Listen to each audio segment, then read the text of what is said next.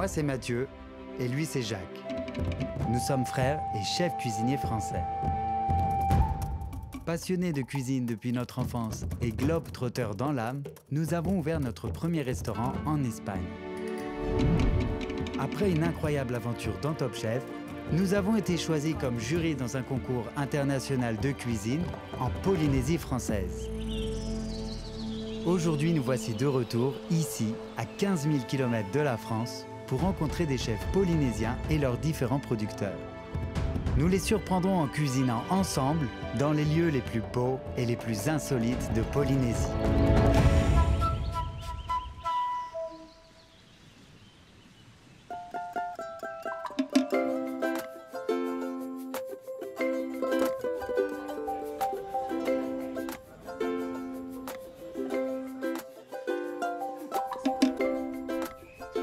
Yorana, Yorana. c'est très coloré et très joli. Merci. Vous avez de l'ananas, la noix de coco. Là, c'est de la papaye solo, papaye rouge. On cherche le chef Aimata. Apparemment, il fait une cuisine très gourmande. Il est là, il arrive. Ah, Yorana! Yorana. Yorana, chef! Ça va? Salut. Enchanté. Enchanté, bienvenue à Montréal. Ça fait Enchanté. plaisir de vous rencontrer. Bah, nous aussi. Merci. Alors, j'ai vu que vous avez rencontré Ursula, là, son petit stand de fruits.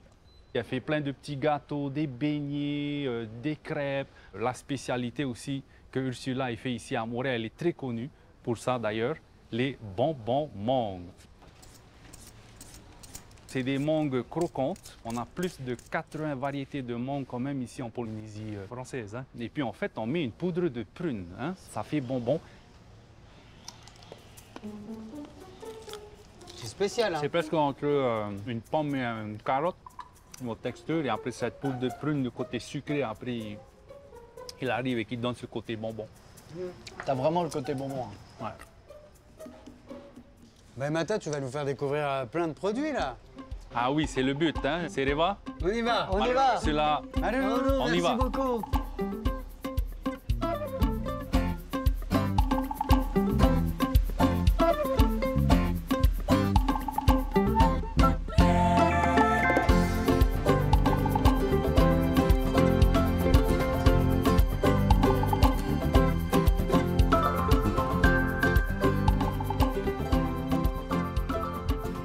Vue sur la mer, il est magnifique ton restaurant.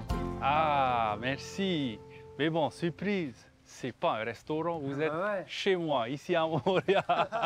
Qu'est-ce qu'on fait ici? On va pas cuisiner. Ah non, mais moi, je vais cuisiner pour vous. Un petit déjeuner. On y va? Ouais. Allez. Mais alors, qu'est-ce que tu fais si tu n'as pas de restaurant en tant que cuisinier? Alors moi, ici à Montréal, j'ai développé il y a à peu près 3-4 ans de cela un concept qu'on appelle les food tours. Hein. En gros, c'est des tours culinaires.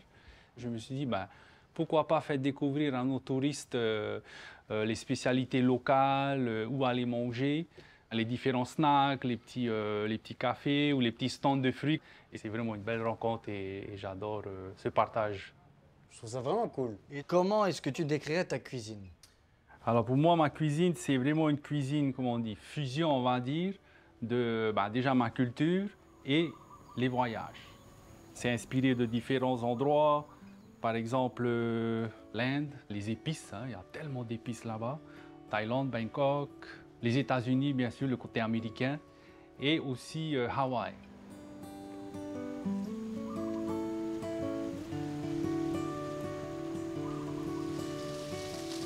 Pour aujourd'hui, pour le petit-déj, hein, on a les légumes du potager que tu trouves ici.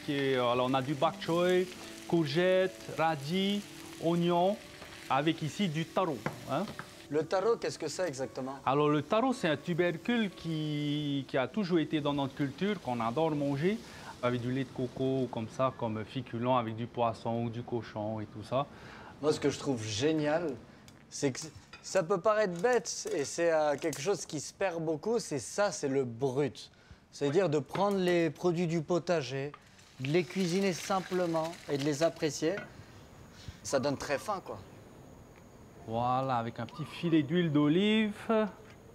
Et voilà, les amis. Ah, merci c'est gentil. beaucoup. Hein. Ouais. Et comme on dit ici, tama mete. Tamamete. Ça va, mettez. Bah, c'est bon tout ça. Ça, c'est bon pour la santé, c'est sûr. Hein. C'est simple et efficace. Ouais. Ben maintenant, j'aimerais bien quand même aller vous faire découvrir un peu mes fournisseurs et voir qu'est-ce qu'ils ont pour nous aujourd'hui. Ça vous dit? Bien sûr. Bah, bien sûr. Et en tout cas, merci, on s'est régalé. Ah ben, ça fait plaisir. Papu d'entendre. breakfast. Papu breakfast. Au top. Merci.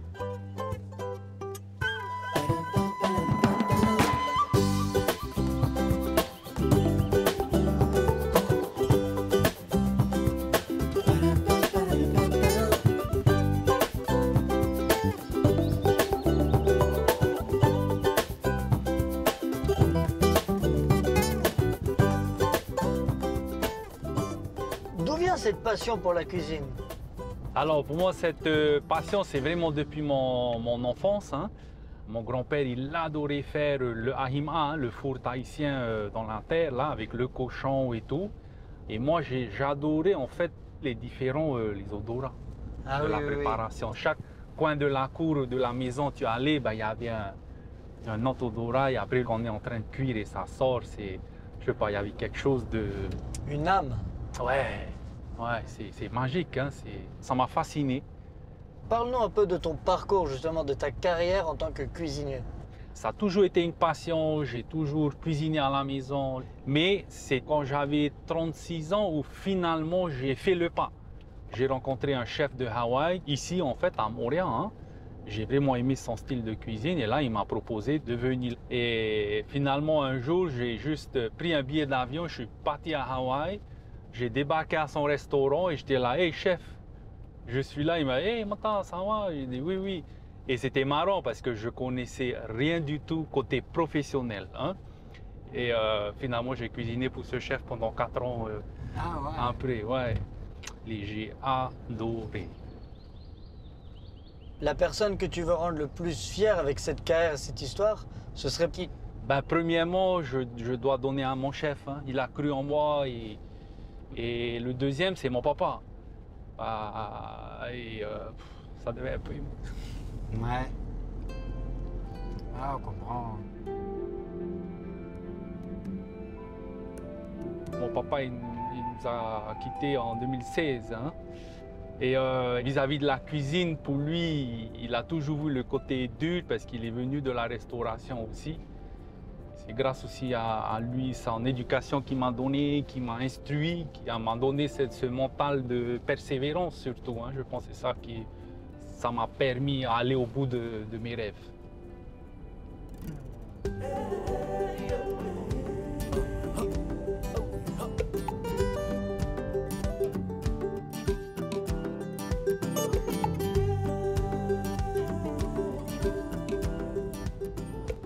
Les amis, j'ai un petit truc là pour vous. On va s'arrêter vite fait, 2 secondes. On reste là ou on Oui, descend? vous restez là. Je reviens vite fait. D'accord. Je me demande ce que ça va être. Bah, une surprise. Ah, pas un Je truc sais pas. trop fort. Hein. Alors, qu'est-ce que c'est que ça? Alors, je vais vous laisser ouvrir. Voyons. C'est quoi ça? On dirait des nouilles. Alors, c'est un des casse-croûtes favoris des locaux ici. Ça s'appelle un casse-croûte chow mein. Il est très représentatif des 3 cultures ici. En gros, le pain, la culture française, le chow mein, la culture chinoise, et le tahitien, c'est qui a mis les deux ensemble, Ah ouais. la créativité. Voilà. Ah, c'est marrant. Eh ben, c'est bon le casse-croûte showman.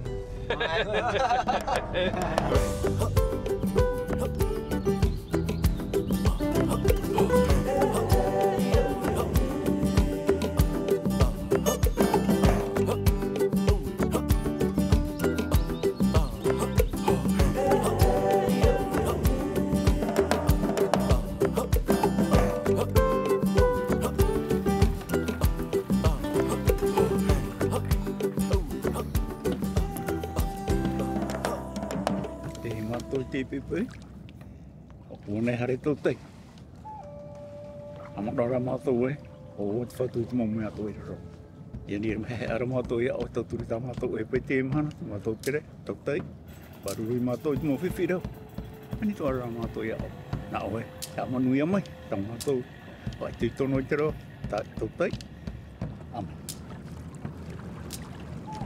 Ah, voilà Papa Billy là.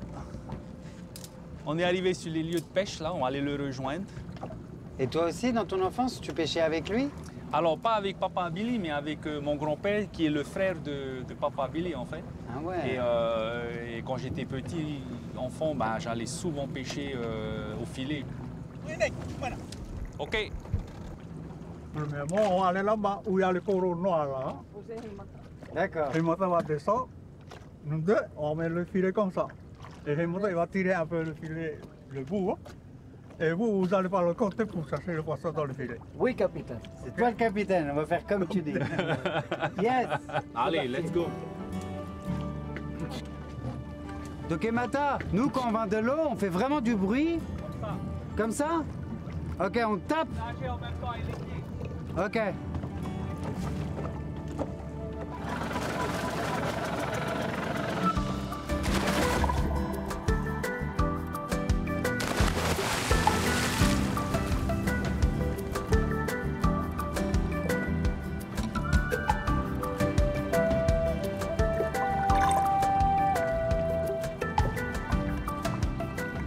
Et trois mois terakhir awak ya kono ana.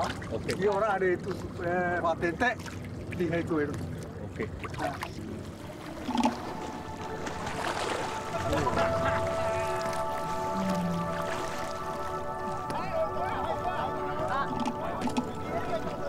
Ah, regarde tous les poissons là.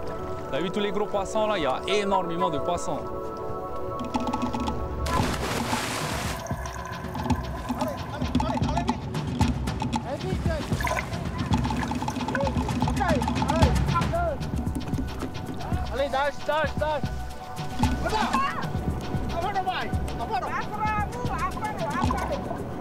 Toi tu chasses dans le filet, moi je vais au milieu, toi tu vas là. Ok.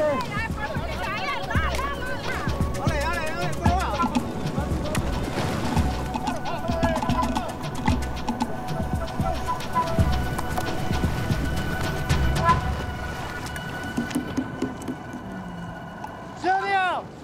Premier poisson à Tahiti. Il avait mérité. Hein? Ah ouais. Hein?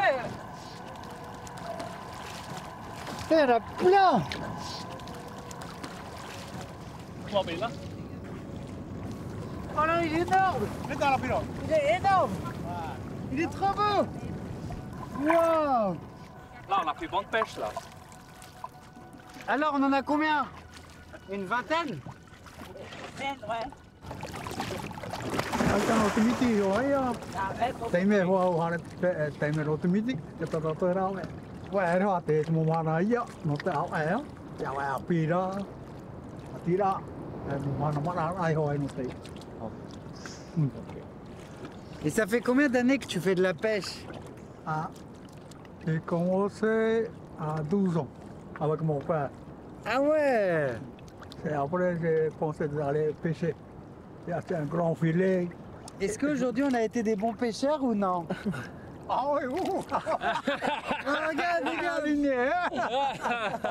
Peut-être moyen de pêche pour Papa Billy de ce qu'il a l'habitude, mais ça va, on s'est bien débrouillé. Moi, c'est la pêche la plus sportive que j'ai jamais faite. Mission, on a mission accomplie. Le déjeuner! Alors là, on va bien manger, moi je vous le dis. Ah ouais.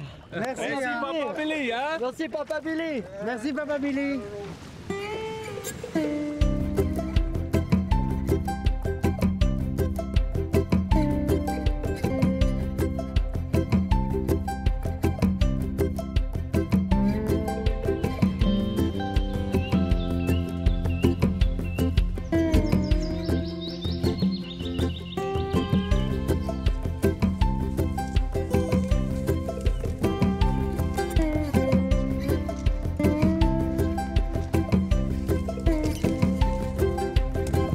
Benita, Yorana. Harmai, mata, harmai. Yorana.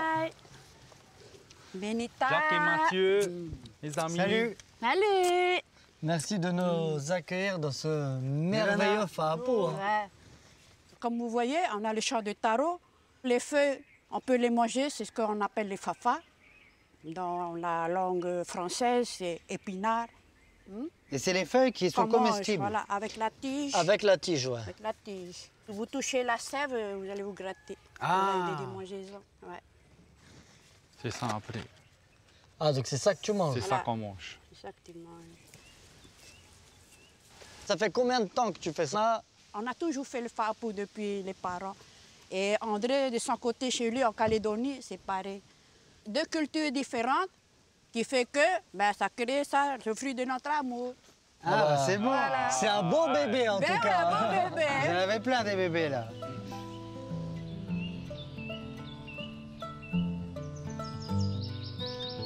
Maintenant, je vais vous montrer le petit champ d'haricots qu'on a. Ceux qui veulent en goûter, vous pouvez en goûter.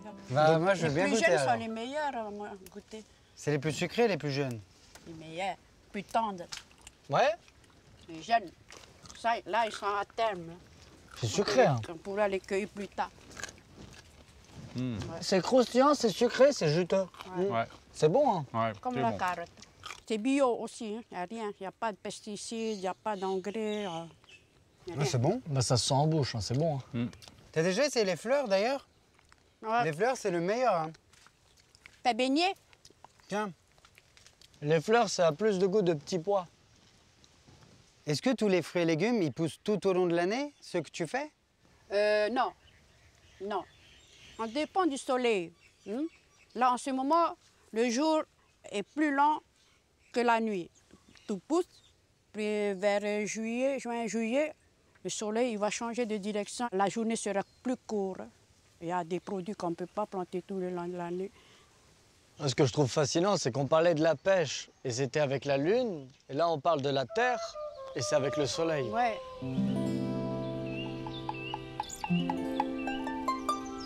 Chef, moi j'ai besoin de main-d'œuvre là pour aller couper les feuilles de fafa. Eh ben, on y va. Donne-moi le couteau, je fais tout. Viens le montrer. Vas-y, c'est parti. Mais faut pas nous couper, nous. Hein. Attends, J'ai jamais pris deux tenu de couteau de ma vie, c'est pas grave.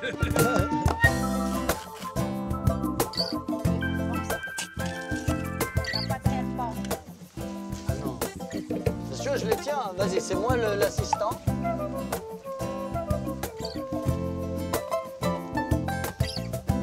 Benita, est-ce que tu as des ourous? Oui, on a beaucoup de pieds de hourou.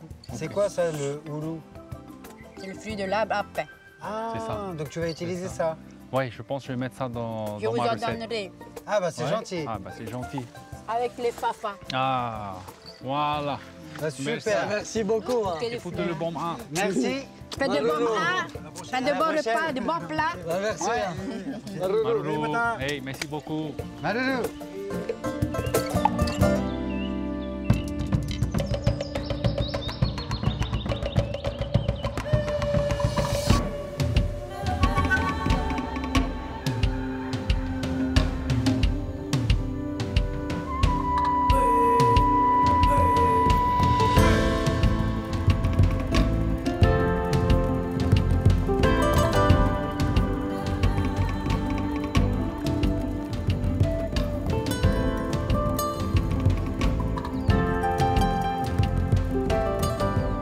Alors, Aymata, regarde où est-ce qu'on t'emmène. Alors là, c'est incroyable. Moi, j'ai jamais vu quelque chose comme ça. C'est vraiment waouh. Une cuisine de rêve, on peut dire. Ça me touche beaucoup. Hein. C'est vraiment magnifique. C'est un endroit où j'ai beaucoup vécu, j'ai beaucoup grandi sur cette île et d'être au cœur de Montréal, ici dans la vallée de Opunho. Je suis vraiment content d'être là et de partager ce moment de cuisine avec vous deux ici. Bah, ça fait très plaisir. Dans ce cas, on utilisera l'ananas hein, en plein milieu des champs. Let's go. C'est parti.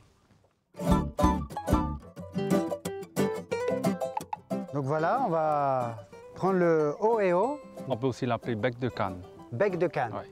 C'est un poisson que j'ai jamais travaillé et je pensais, vu qu'il est assez gros, qu'on le partage, même pour toi, si ça te va. Ah oui, tout à fait. Et avec Jacques, on va vraiment essayer d'utiliser toutes les parties. OK.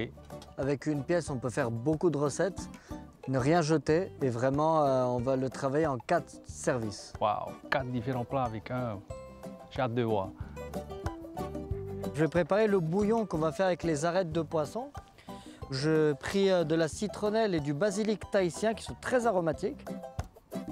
En attendant que mon bouillon se fasse, justement avec les ailes et les joues de poisson, je vais préparer une tempura avec une bière locale. les ailes et les joues, c'est une des parties les plus merveilleuses du poisson. Entre la texture et c'est surtout beaucoup de goût, c'est très goûteux près de la tête et aussi très juteux. Là, on les a mis dans la pâte à tempura, on est en train de les frire. Ok. En sauce, on va faire une aioli de ces magnifiques haricots. Donc on va les cuire dans le bouillon et après je vais en utiliser pour la sauce. Ah bah j'ai hâte de goûter. Hein. Moi aussi, parce que j'ai jamais fait. Ah ouais. Ah bah non, on connaît pas là. Là, on improvise, hein, comme toi. Ça c'est être chef, hein, Voilà. juste là, l'improvise comme ça, j'adore.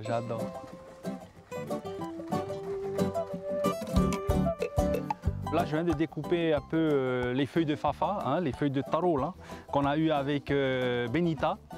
Et là, je vais tremper, hein, il faut bouillir un peu dans l'eau là, au moins une bonne petite demi-heure. Et après, à la fin, je vais mettre un peu de citron. C'est toujours bien un peu de citron dedans, donner un peu cette acidité. Concernant le poisson, donc durant la pêche, tu nous avais dit que les poissons de lagon, ils étaient assez fibreux. Donc en fait, on va le tailler en sashimi. Et après, je vais vraiment l'éclater pour casser la fibre justement du poisson. Ok. Pour quand tu manges, que ce soit pas désagréable et fibreux.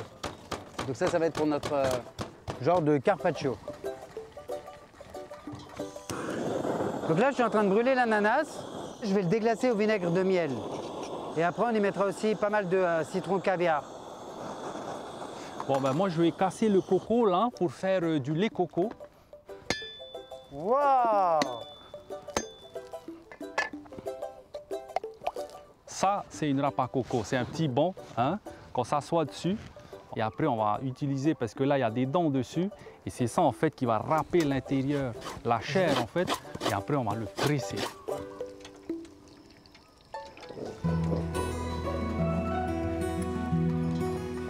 Et la tête, qu'est-ce que tu dois faire avec alors? Alors, le but avec la tête, c'est on va la frire entière. Tu peux manger aussi le reste, donc tu vois, tu as encore un peu de chair à l'intérieur. Ouais, Hop. Là, elle est prête, là. Et Mata, tu coupes l'ananas. Ah oui, je commence à couper un peu l'ananas là. Les ananas de Moria, franchement, ils sont vraiment, je trouve que c'est un des meilleurs au monde. Hein. C'est vraiment sucré, ils sont incroyables. Nous, après, on va goûter. Je reste confiant dans ma réponse. Là, je viens de mettre le lait de coco dans le fafa là. Et j'ai fait aussi ma petite salsa d'ananas avec les feuilles de kumbawa, gingembre, citron et piment et tout ça pour relever un peu, donner cette acidité au plat.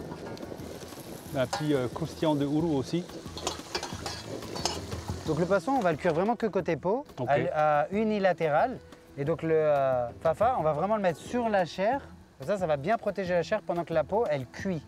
Ok. Et en fait, c'est un peu à l'étouffer d'une Ouais, certaine ouais. manière. Et moi, je vais mettre mon poisson là. Maintenant, les amis, une fois que notre poisson est frit, nous sommes prêts pour le dressage. Je suis prêt. Vous êtes prêts? On est prêt! Ah, excellent.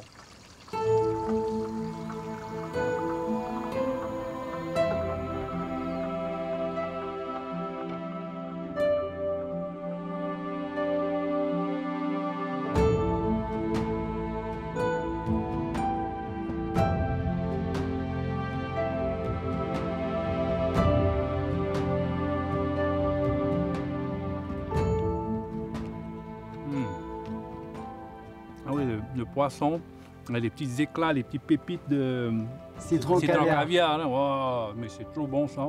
Plus après le sucré, excellent. C'est très parfumé.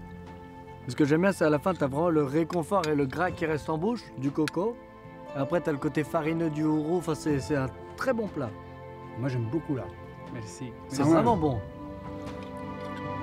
Alors ici, c'est le poisson avec feuilles de fafa. On l'a mis à l'honneur, ce poisson. Ah, mais trop bon ça. Et ça m'a beaucoup inspiré ce partage. Et même pour moi, de retourner un peu à la pêche, d'aller dans le Faapu et de reconnecter avec cette richesse, notre terre et nos produits d'ici. Qu'est-ce que tu veux qu'on te souhaite pour l'avenir? Juste...